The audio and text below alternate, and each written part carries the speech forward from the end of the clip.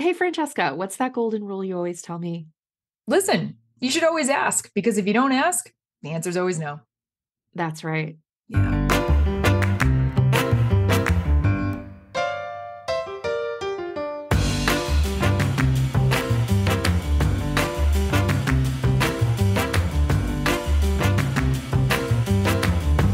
Hey, friends. Welcome to Your Work Friends. I'm Francesca, And I'm Mel. and this is part two of Layoffs. Mel, what are we talking about in this part two series? Yeah, today it's all about people. So, what do you do if you find yourself in this situation? We're going to equip you with some really good resources, and you'll find stuff in the show notes to support you. And then, what do you do if you're a team leader or a member of the team remaining after a layoff? Things that can support you as well.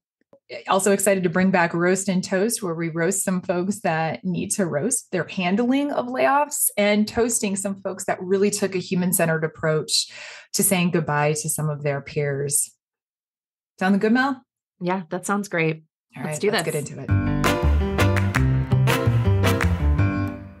What do you do if you are laid off? Yeah. So, if you're laid off, I'm going to give folks a headline here. If you remember just one thing, take care of yourself. Don't say shit. Don't sign shit. Ugh, Know what's best. negotiable and network. And I'm thinking, don't say shit. Don't sign shit. Needs to be a mug in my future. Yeah, I'm thinking So mugs, t-shirts, bumper stickers, something, tote bag. Guys. just always good advice Yeah, it as a is. former paralegal. Yeah, But okay. So first and foremost, take care of yourself. If you have been laid off, number one, take care of yourself. Being laid off is traumatic. I don't think we talk about this enough, but it's traumatic and um acknowledge that. It's okay to acknowledge that you have experienced a psychological injury here and need to heal from it. So do what you need to do. Rest, grieve. It is a roller coaster of emotions that someone will go through. And depending on their personal circumstances and what this means for them, it will vary. It will run the gamut of what they're going through. And so take care of yourself. You've got to, put on that oxygen mask and do whatever you need to do to take care of yourself. Number two, don't say shit. And what I mean by that is these meetings are not long, usually 5 to 15 minutes. And I can assure you, although it might not feel that way, HR is there to help you in the room. The leader that has to deliver that message does want to help you through this transition in the best way possible. They hate that they have to deliver that message too. And look, emotions are running high. You might want to give everyone the middle finger when you're in that conversation, just to yeah, be honest. But yeah, for don't sure. don't it will get really awkward if that HR rep is the person you need to continue to communicate with over the next few weeks around things with your severance package, and they really do want to help. So it can be hard to see that in the moment. I get it, but you don't want to say something that you'll regret later. Know that the folks in the room are really there to help you through this transition. The third thing, don't sign shit.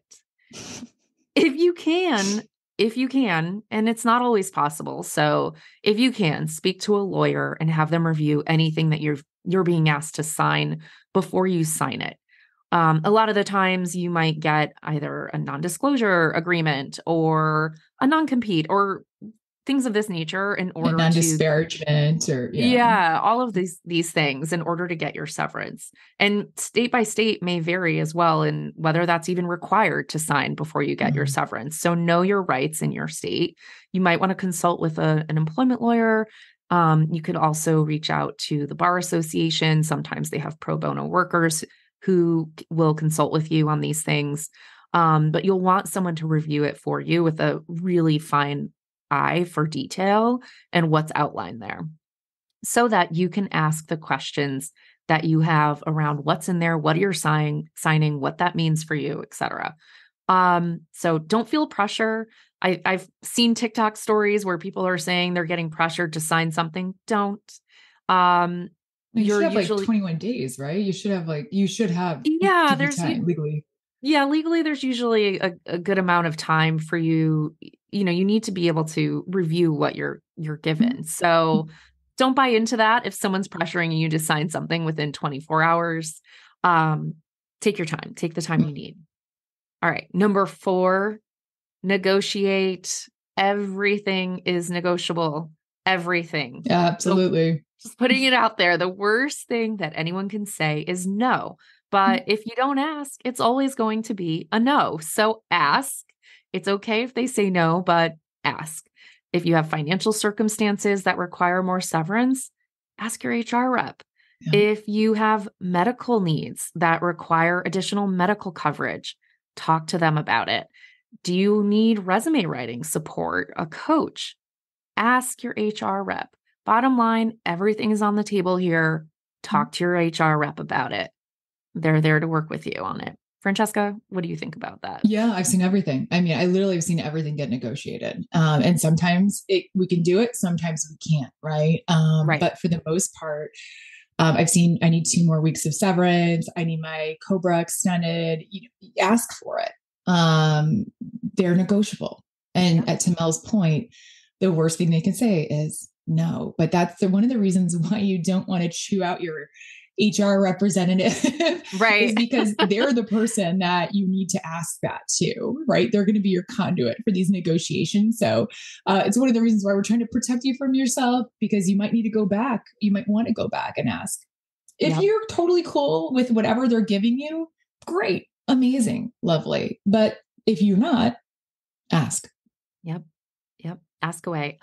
Those are my main points for the headline I gave, but I do have a couple of other things I want to talk about. Immediately file for unemployment. It Absolutely. might not be day one, but states are slow, guys. People are often surprised at how long it can take for unemployment to actually kick in. Especially if you didn't get a generous severance, as you mentioned, like some organizations might not be able to offer something that's super generous, and you have limited savings, this can add to your anxiety and stress. So day 2, day 3, but I would say within the first week of being let go, file for unemployment. Number 1 action. Can I just want to really chime in here with Mel, because quite honestly, please don't get up in your feelings about filing for unemployment. That is your money that you've paid into. You paid for it. Yeah. Get it. Absolutely get it. 100% get that unemployment. Yeah. And then I want to leave folks, and I'm going to throw this in the show notes, a resource link. So, bookmark this and for the future, and I'm sure you could do your own Google searches, but we're going to throw out a quick link of questions that you should ask, whether it's, sometimes you get a meeting invite and what's coming, especially if an organization's been transparent about what's happening. And sometimes you don't have any clue and you might need to think about what you want to ask and follow up, and that's fine. But here are the questions that you should be asking if you're laid off. You want to ask 1, when is your official last day? When you're going to receive your last paycheck. FYI, some states require that you're paid on your actual last day, not 2 weeks later. Yeah. California, we love you. Not 2 weeks later. You want to ask if you're going to get paid for any of your unused vacation time, PTO, sick days, things like that. If it's close to bonus time, mid-year, year-end, you're going to want to ask if are they going to honor that bonus? If you're 2 weeks out, will they honor it? What's included in your full severance? Get that in writing, the outline of everything that's included, how long you're going to receive your health care, what your 401k options are if you've been contributing to a 401k, and if you're going to be if you will be considered eligible for rehire at a later date. And this is important because if you're interviewing for a new company and they do background checks or someone is checking for references, they can ask if you're eligible for rehire, and legally they can say no, if that's noted. So you do want to make sure, yes, you are eligible for rehire. So that's not a ding on your employment record. And then also, lastly, if it's okay, if they'd be willing to be a reference for future, employment opportunities. All good things. Any other questions you would add to that list? Just who your main contact will be that you need to communicate with, right? Just ideally get the name of a person in HR that will be, to my Chicago accent coming in HR, get the name of your contact in HR that you will be connecting with to ask these great questions or any other questions you might have. Get a name. Yeah. Get that name. These are all good things for people who are laid off, but they're not the only ones who are impacted by this. So what if someone's a team leader? What if they're still on the team after this happens, Francesca? What would you recommend? Yeah. If you're leading a team through a layoff, let me tell you, I've been in this role many times. It's awful. It really is. It's awful for the person being laid off. It's awful for the team. It's awful for the leader, right? And yes, we will all be absolutely professional about this. It's still somewhat awful, quite honestly. However, as a team leader, you're there to lead your team through this. And I think taking this kind of mindset of ownership around owning that relationship from start to when we say goodbye is really key. What do I mean by that? One is if you're a team leader with your HR representative, ideally, you should be the one having these discussions around laying people off. Okay. Giving people the dignity of that and taking them through that, I think, is a really big deal and something that you should be doing. Absolutely. I just think that's yours. That's your relationship to own, full stop. Full stop. I mean, being a people leader is a privilege. So treating people with dignity and respect is showing up in this moment when they're in their most vulnerable moment. Yeah, absolutely. Absolutely. Right. I think it's also showing up for the team that remains in this moment as well. So pulling your team together immediately after this has stopped and letting them know what's happened, who we've had to say goodbye to, and what the next few weeks will look like, okay, in order to get through this as a collective team. That is big. Recognizing that this happened, recognizing and giving people permission to feel their feelings, I think is a very, very big deal. And then being able to share with people what they can expect from you as a leader, from your leadership team as well, in order to navigate this together is big. Can't agree more. I see this is where I see a lot of team leaders falling down because they're relying on the organizational messaging to sate the kind of continuation of business as usual. And if you as a team leader don't say anything, it's going to feel very unpersonal and very inhumane to your team. Yep. They will make up their own stories. And quite honestly, it's going to be a hit on how they trust you as a leader. And you don't want that, right? You don't want that. I think a lot of people, assuming positive intent, want to do the right thing here as a leader. The right thing here is to get in the conversation, is to hit it face on. The wrong thing is to not say shit. Yeah. And I would also tack on to that. It's not just one conversation when it happens, but a continuing conversation for however long your team needs to have that conversation. Yes. 1000%. Last thing on, if you're a team leader, similarly, put your oxygen mask on. This is tough. It will be tough. It will be tough. Most likely you have known about this for some time. You've had to make some very tough decisions. You're going to have to shackleton your team through this, not only through today, but for the next, quite honestly, few months, probably. Yeah. Put your oxygen mask on. Take care of yourself because you're the one that's going to need to be the rock through this thing. So take care of yourself. It's not easy. We can put on our professional pants and say, oh, we're just going to get back to business as normal. But this is rough. And if you have feelings about it, that's natural. Take care of yourself. Yeah.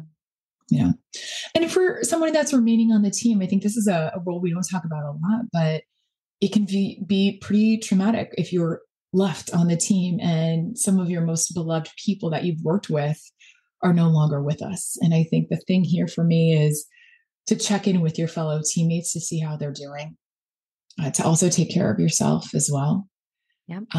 And the last thing that I think we don't talk about a lot is just because someone's not with an organization anymore doesn't mean that that relationship needs to end.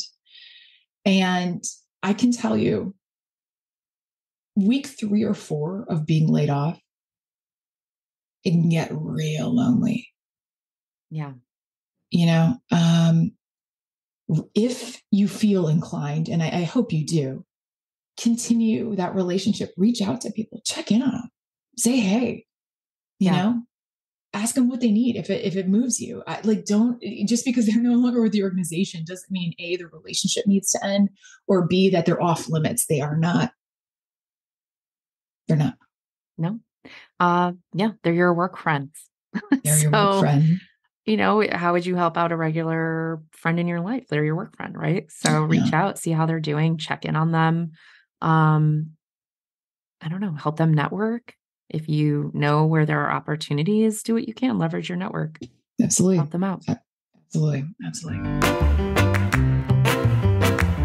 There are folks who have really biffed this.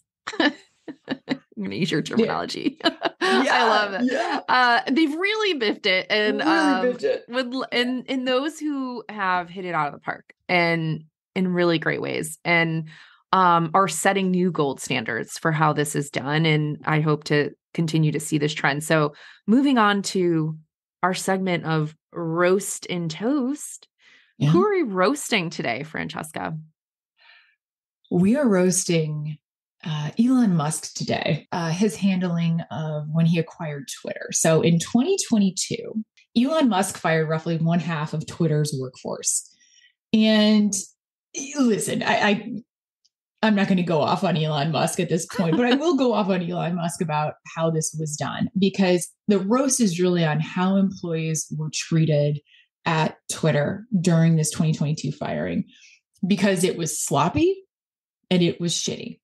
So there's like that one photo that made its rounds all over. Well, wasn't there a tweet that was like, farewell everyone or something like that from the Twitter account?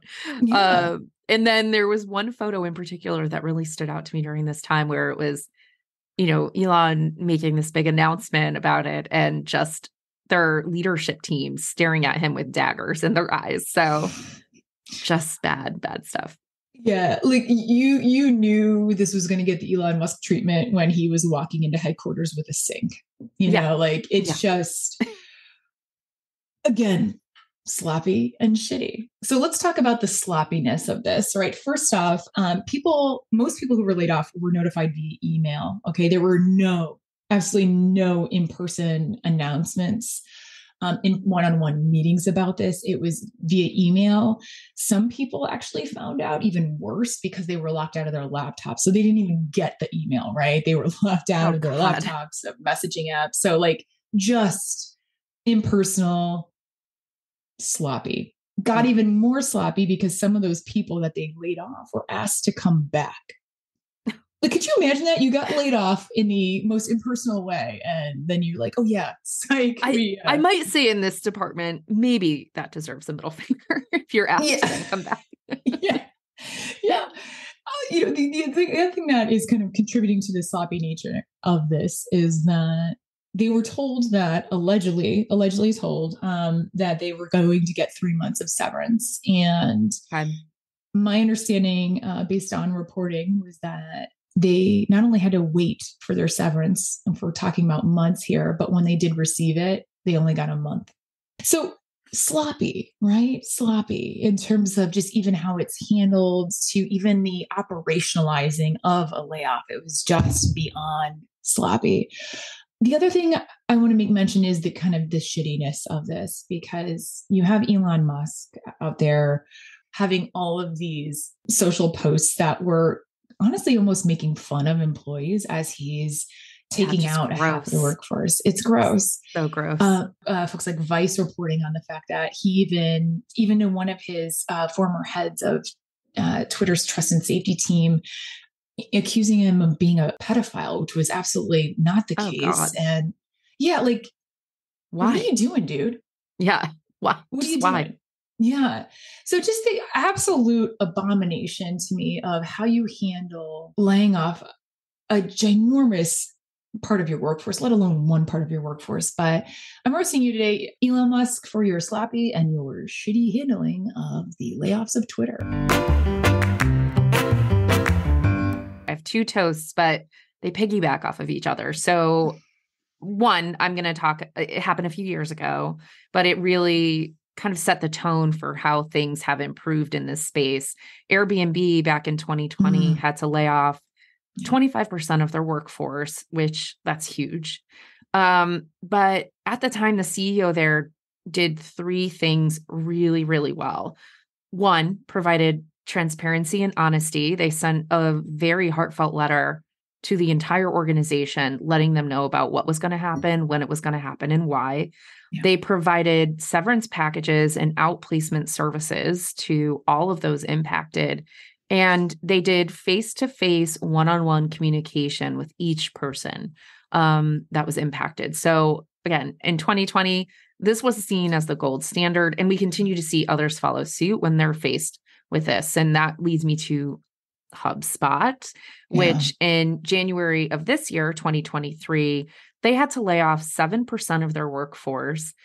And they also provided transparent communications to the full workforce, including the principles that they were adhering to guide them through the process of their decision-making on who was being selected and why and all of that. So Beautiful. Not just why was this happening, but here's what we're going to do and how we're going to decide who's laid off, who stays, all of that. They were very transparent.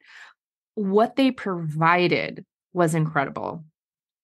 It's been unheard of, and I hope that this continues to be the norm going forward because they really set a bar here.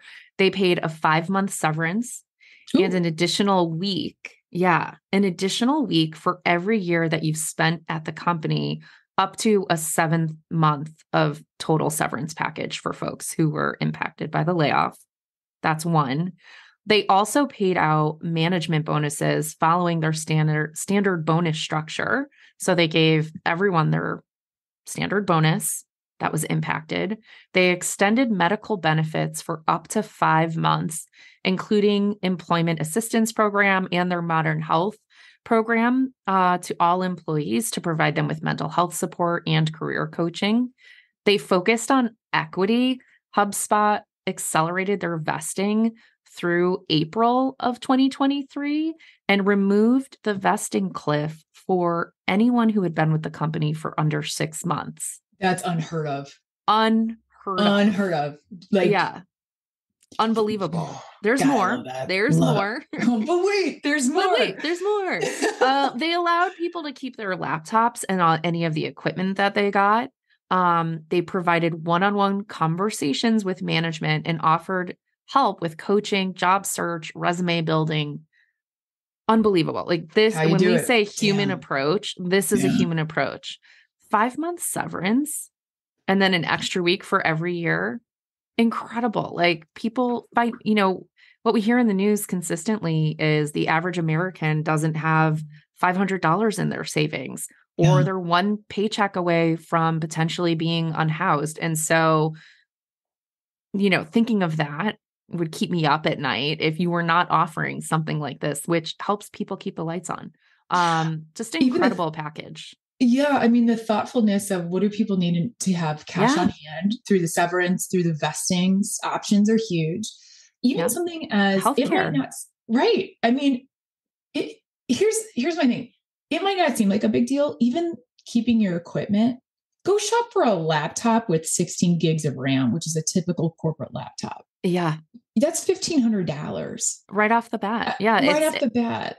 Yeah. It's getting that laptop, keeping your equipment, it allows you to do other things. So this was huge. Yeah. So I'm going to nice little segue here because part of the article that I read, and we'll link to the article that outlined these use cases for folks to see. But what they referenced, funny enough, was that in Twitter, in contrast to Twitter, Twitter's 20. I know. I didn't know you were going to cover Twitter. So I love that there's this connection. Twitter's 2022 revenue was 88.5% bigger than HubSpot. So what they referenced in the article is Twitter had $4.4 billion versus HubSpot's $1.7 billion. Yet HubSpot was the one that gave this package and outplacement services, while Twitter employees, as you mentioned, waited several months to get their severance. And then what they received was drastically different from what they were promised. And this is what we mean by, oh, that matters. This matters. And people are going to pay attention to that and treating people with dignity and respect. So HubSpot, cheers to you. Cheers. Airbnb, cheers to you for how you handled your layoffs. And hopefully this will continue to be the gold standard we see. HubSpot. Yeah. HubSpot. Damn. All right. Well, I don't know about you, but I think I need to go for a walk after this topic. Yeah. It's a meaty one. It was a good one. Hopefully folks got some really good information out of this. Send us a message on Instagram. Get in touch with us if you want to share your story or any other tips that we can share out with others. Francesca, how about you? Yeah. I think I might be putting in a bulk order for some don't say shit, don't sign shit hats. So if you want one, let me know. 2024 anthem. Yeah, 2024. Yeah. Hashtag 2024. Hashtag. No. Awesome. All right. Well, thanks for joining us, friends. Take good care. Hit us up on Instagram and we'll see you next week.